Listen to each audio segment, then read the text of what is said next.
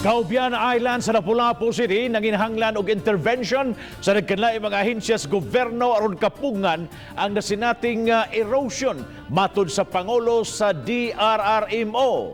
Si Luan Mirundina adunay live report. May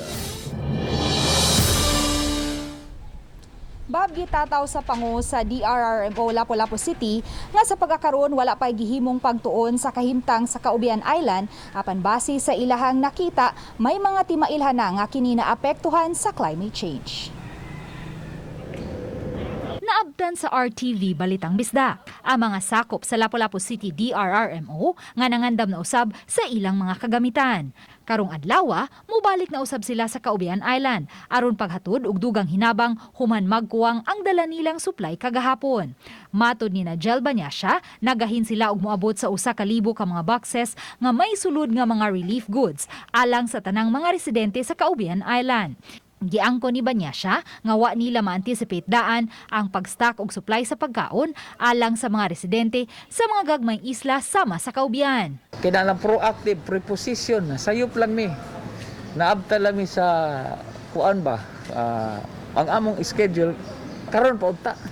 Wala may natalang na angol o nangaguba sa mga panimay dihang misanap ang tubig sa mga kabalayan kagahapon sa kadlawon. Apan matod ni Banyasya nga may erosion na gayud sa isla o gikinahanglan ang intervention sa nagkadiyang mga ahensya sa gobyerno.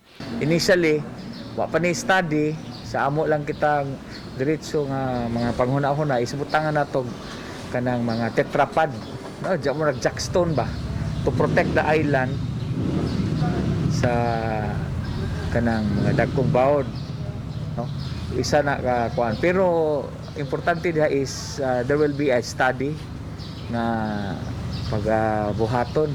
Nasagmuyo usab ang pangu sa DRRMO sa mga comments sa social media nga normal lang sa isla nga mosanap ang tubig dagat sa mga kabalayan kun mutaob o gi-exaggerate lang ang sitwasyon. Paaboton dahil niyo manglutaw mga tao, paaboton pa din niyo mga matay sila, paaboton dahil nga mga gutom.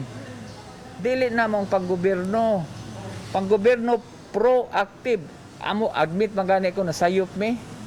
Nga naman supposedly ang pagkaon wa pa magbagyo dito na pagkaon pero amo sayop. Ang Caubian Island ang labing layo nga isla nga sakop sa Lapu-Lapu City ug usa kini sa daling maapektuhan kung may mga weather disturbance. Bob, human sa Caubian Island, susiyon usab sa taga DRRMO ang uban pang mga gagmayng isla sa Lapu-Lapu City sama sa Pangang-an ug Kauhagan aron mapreposisyon ng daan ang food and water supplies. Bob?